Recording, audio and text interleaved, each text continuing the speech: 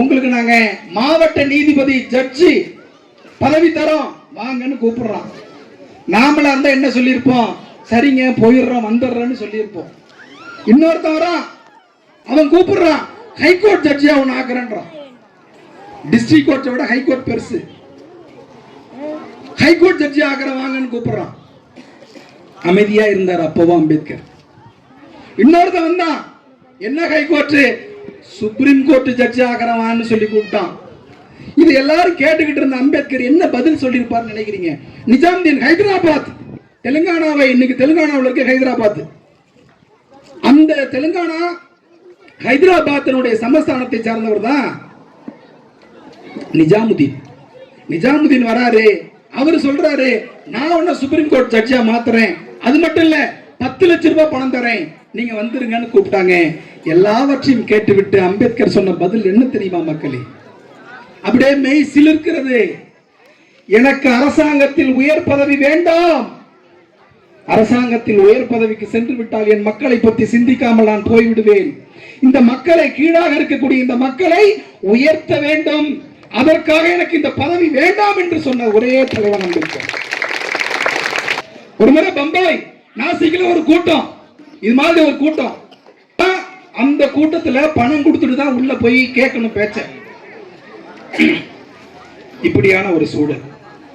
அந்த சூழல்ல பணம் கொடுத்து உள்ள போக முடியாத 3 பெண்கள், நல்லா கவனிச்சுக்கீங்க, பணம் கொடுத்து உள்ளே போய் பேச்ச கேட்க முடியாத 3 பெண்கள் டெல்லியிலேயே நிக்கிறாங்க. யார பார்க்க? அம்பேத்கரை பார்க்க நிக்கிறாங்க. அம்பேத்கரை பார்க்க நிக்கிறாங்க. அம்பேத்கர் வராரு, நாசிக் நகரில் நடக்குது, வராரு, மாலை வாங்கிட்டு நிக்கிறாங்க. மாலை வாங்கிட்டு நிக்கிறாங்க. அம்பேத்கருடைய கழுத்துல மாலையை போட்டாங்க 3 பெண்களும். ஏன் உள்ள வரலையான்னு கேட்டாரு. உள்ள வந்து கேட்கிற அளவு, உள்ள வந்து உங்க பேச்ச கேட்கிற அளவு எங்கள்கிட்ட பணம் கிடையாது.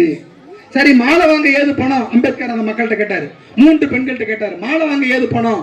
நாங்க விறகு வெட்டுறவங்க, விறகு வெட்டி பணம் சேர்த்தோம், இன்னைக்கு நிறைய விறகு வெட்டணும், உங்களை சந்திக்க வேண்டும் என்பதற்காக, உங்கள் கழுத்திலே மாலை போட வேண்டும் என்பதற்காக நிறைய விறகு வெட்டணும், சேர்த்து வச்சிருந்த பணத்துல மாலை வாங்கிட்டு வந்து உங்களுக்கு போட்டோம்னு சொன்னாங்க. வயசானவங்க 3 பேரும், ரொம்ப முக்கியம்.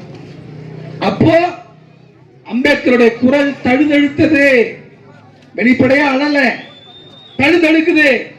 என்ன சொல்றாருன்னா, உங்களுடைய குழந்தைகள், நல்லா கேட்டுங்க, அந்த விறகு வெட்டக்கூடிய பெரிய அம்மா கிட்ட பாபா சாஹேப் அம்பேத்கர் சொல்கிறார், உங்களுடைய குழந்தைகளுடைய வாழ்க்கையை என் உயிரை கொடுத்தாவது உயர்த்துவேன், அவ்வாறு உயர்த்த முடியவில்லை என்றால் இந்த உயிரை மாற்றிக் கொள்ளுவேன் என்று சொன்ன ஒரே தலைவன் இந்தியாவில் புரட்சியாளர் அம்பேத்கரை தவிர வேற எந்த தலைவனும் கிடையாது.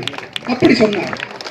அப்பச்சையங்கால கையெழுத்து போடலாம், நானும் கையெழுத்து போடலாம். இந்த பச்சையங்கால கையெழுத்துக்கு போறது காரணம் எங்க அம்மா அப்பா, நானு, என்னுடைய நண்பர்கள் என்று சொன்னால் அது 100வது காரணம். முதல் காரணம் யார் என்றால் அண்ணல் அம்பேத்கர் தான் காரணம். மீதெல்லாம் 100வது காரணம். எங்க அம்மா அப்பா படிக்க வச்சாங்க, அது 100வது காரணம். பள்ளிக்கூடத்தை கொடுத்தது யாரு? எங்க அம்மா அப்பா நோட்டு புத்தகம் வாங்கி கொடுத்தாங்க, பள்ளிக்கூடத்தை கொடுத்தது யாரு? பாடம் நடத்த ஆசிரியரை நியமிச்சது யாரு? உதவித்தொகை கொடுத்தது யாரு?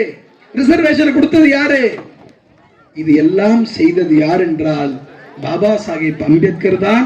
மீதி எல்லாம் எதிரான்றான். அடுத்த காரணம் தான் மீதி எல்லாம். முதல் காரணம் எதுவென்றால் புரட்சியாளர் அம்பேத்கர் தான்.